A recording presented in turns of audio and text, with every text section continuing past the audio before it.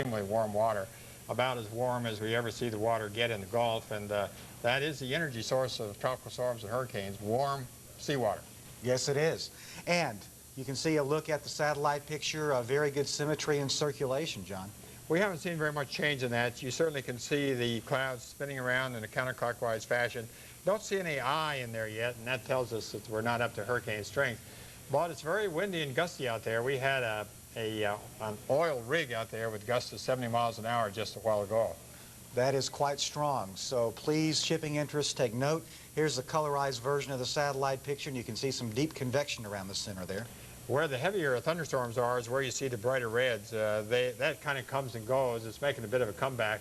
But those changes have not been significant. What we're watching carefully to see how soon this is going to move inland, because the rainfall is a big problem. We'll get into that in just a minute. We could see on the order of 5 to 10 inches, and yes, we could see the inland areas soaked. So weekend travelers along I-10, please take note. Heavy rainfall once Tropical Storm Danny makes landfall. There is a tropical storm warning in effect from Cameron, Louisiana to Orange Beach, Alabama.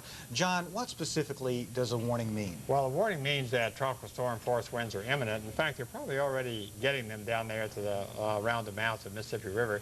That whole area very likely won't get tropical storm force winds, but because we're not that sure of the path, because it's so wobbly and slow, that we have a pretty wide area warned here.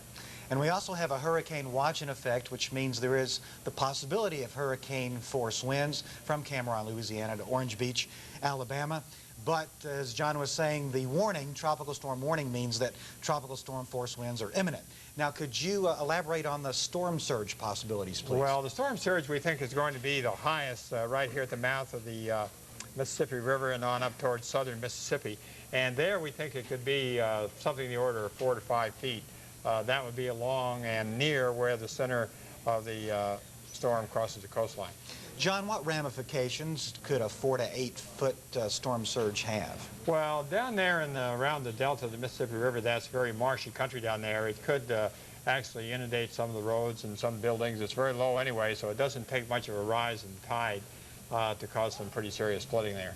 As we look at the northern periphery of Tropical Storm Danny, what do you make of what you see? Well, we can see this rain shield. We can see the center pretty well now, better than we could before. And the rain shield is advancing north. But we want to emphasize while we're on that the rainfall here could be a very major problem. And if this moves as slowly as we think it's going to, the rain could even exceed 5 to 10 inches in some areas and cause very, very serious flooding. And flooding, as you very well know, is one of the chief killers weather-wise in the country. And we need to alert the public to that fact.